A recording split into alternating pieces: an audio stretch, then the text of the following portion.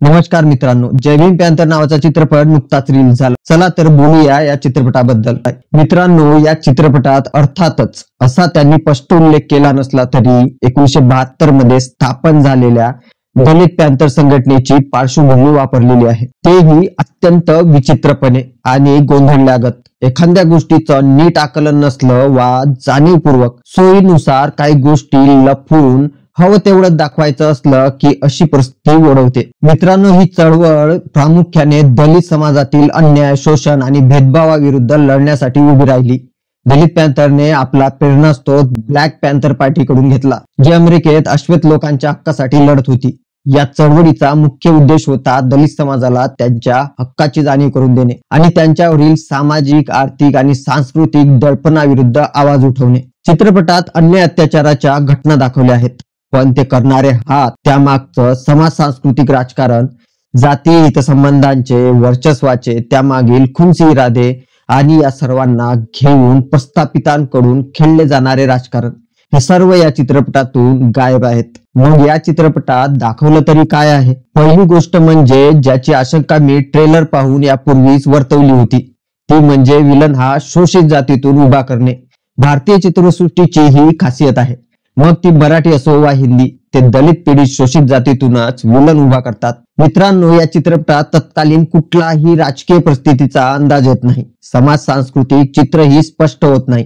फक्त वारंवार हेच दाखवले जाते की तुमचा नेता हा बदमाश आहे, तो राजकारणासाठी तुमचा वापर करतो, तुमच्या चळवळी फोडतो, वाटेल त्या स्तराला जातो, तो बदमाश आहे. जणू काही तुमची मुख्य आणि खरी समस्या येथील वर्चस्ववादी जाती व्यवस्था नसून, येथील समाज सांस्कृतिक राजकारण नसून, फक्त आणि फक्त हा तुमचा बदमाश नीच नेता हाच आहे. नेता एवढा घिणवणा दाखवलाय, अत्यंत किळसवाना. मित्रांनो, मी असं अजिबात म्हणत नाही की दलित शोषित जातीयांचे नेते हे फारच इमानदार असतात वा प्रस्थापितांशी तशी तडजोड करत नाहीत, विकले जात नाहीत. निश्चितच असे नेते आहेत, त्यांची ही संख्याही मोठी असेल.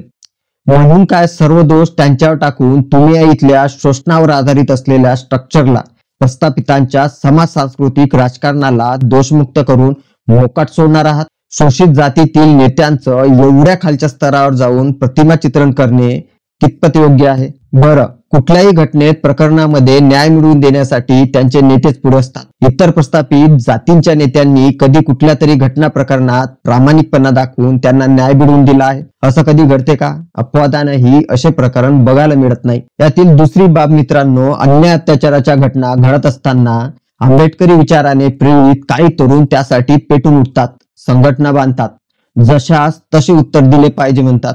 इथपर्यंत सर्व ठीक आहे.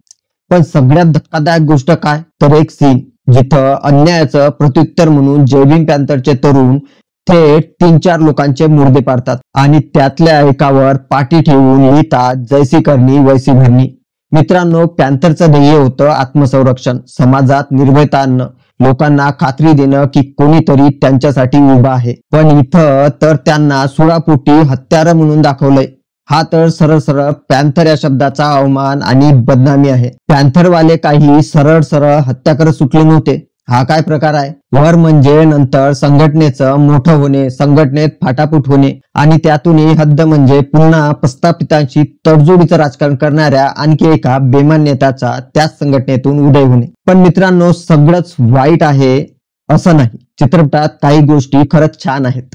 उदाहरणार्थ, बौद्ध आंबेडकरी विचारांचं समृद्ध विश्व काही संवादातून खूप प्रभावीपणे मांडलं आहे. जयंतीचा प्रसंग तर इतका सुंदर चित्रित केलाय की खरंच ते तुम्हाला त्या वातावरणात घेऊन जातं. चळवळीत काम करणाऱ्याचं वैयक्तिक आयुष्य, त्यांचे त्या कुटुंबाशी होणारी हेळसाळ, हे सगळं खूप संवेदनशीलपणे दाखवलंय. काही संवाद सुंदर आहेत, जे नैसर्गिक आणि प्रभावी वाटतात, तर कुठे कुठे काही संवाद अगदी स्टिरियोटाइप वाटतात. नायकाचं सो कॉल्ड उच्च असणाऱ्या जातीतील मुलीशी प्रेम प्रकरण पण दाखवलंय. त्यांचा चित्रपटाचा विशेष संबंध दिसत नाही.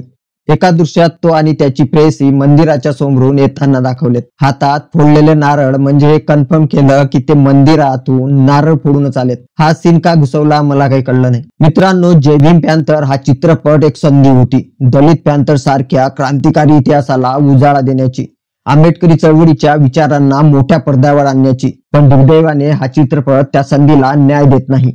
अन्याय अत्याचार दाखवतो, पण त्यामागचं समाज सांस्कृतिक राजकारण लपवतो. नेत्यांना बदनाम करतो पण व्यवस्थेला मोकळं सोडतो. काही सुंदर क्षण, काही प्रभावी संवाद नक्कीच आहेत, पण एकंदरीत हा चित्रपट काय सांगू इच्छितो यावर खूप मोठं प्रश्नचिन्ह आहे. याचा दुसरा भाग सुद्धा येणार आहे असं चित्रपटाच्या शेवटी सूचित केलेलं आहे. बहुतेक संघटनेतून फुटून प्रस्थापितांशी तडजोड करणारा मिलिंद शिंदेचे कॅरेक्टर पुढील चित्रपटात विलन असणार आहे याची खात्री तर आताच होते. मित्रांनो, या चित्रपटाची मी माझ्या आकलनानुसार समीक्षा केली आहे. तुम्ही चित्रपट बघितला असेल तर त्यावर तुमचे काय विचार आहेत ते कमेंट करून नक्की सांगा. आणि हा व्हिडिओ आवडला असेल तर चॅनलला लाईक, सबस्क्राईब करा. भेटूया पुढल्या एखाद्या व्हिडिओमध्ये अशाच एखाद्या चित्रपटाची चर्चा करण्यासाठी.